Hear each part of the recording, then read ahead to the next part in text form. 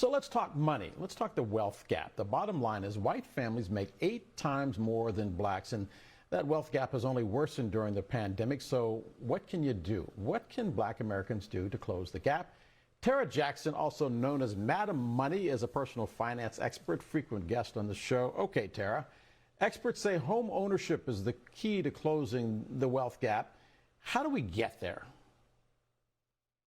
Well, we're still dealing with the redlining, even though it's 55 years from the time when we passed the laws to avoid that. And so a lot of things need to become to play with us. If you find that you're being discriminated against, if an agent is trying to direct you in specific neighborhoods based on your race or income source, we need to start reporting that information, report it to the Fair Housing Justice Center, which is fairhousingjustice.org, or if you're getting discriminated or scammed with your mortgage, because that's still happening out there. Contact finance, consumerfinance.gov. But most importantly, we need to know our buying power. We need to know how much we qualify for. Like my mama used to say, nobody should know more than what's going on in my house than me. No one should know more than what's going on your credit reports than you. So make sure you get your copies of your credit reports so you know what's on there.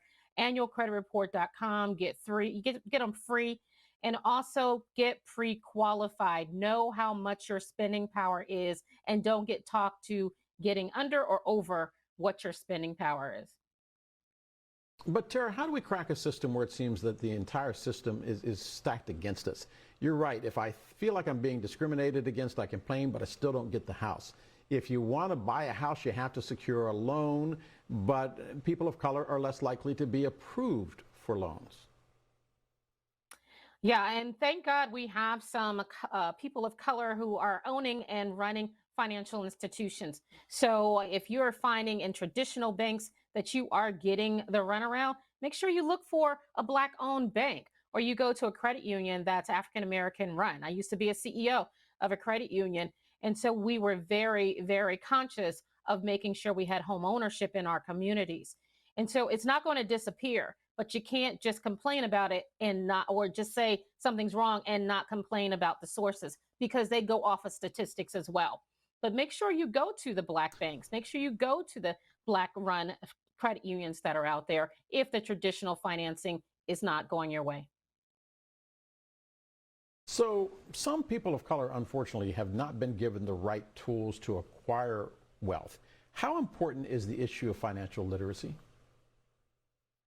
It is very important. It's just as important as home ec. It's important as understanding English, reading, writing, arithmetic, and all that, even though I know you still don't know third grade algebra.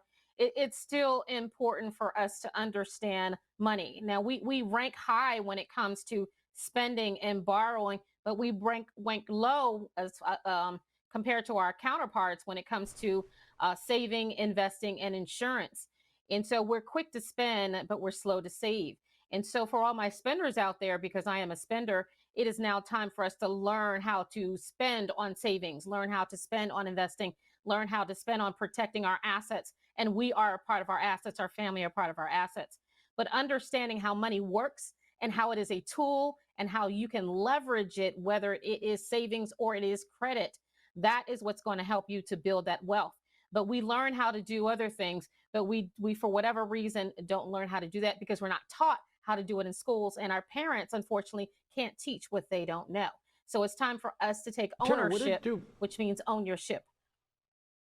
Would we do better if we as Black Americans were honest with the rest of ourselves about how we are? I can tell you right now, I stink at money. Thank God I married a woman that's very good at it.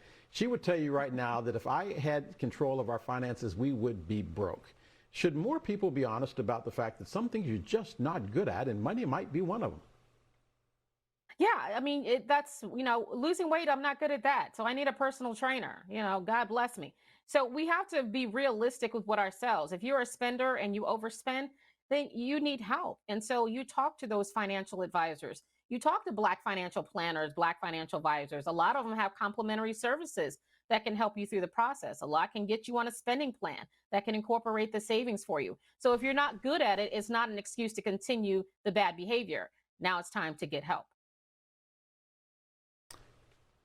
Tarra Jackson, Madam Money. Tarra, as always, thank you very much for being with us because, yes, it is a sticky wicket. We talk about things like mental health. We talk about things like education gaps, but we do not talk about issues involving money. Tarra, thank you very much.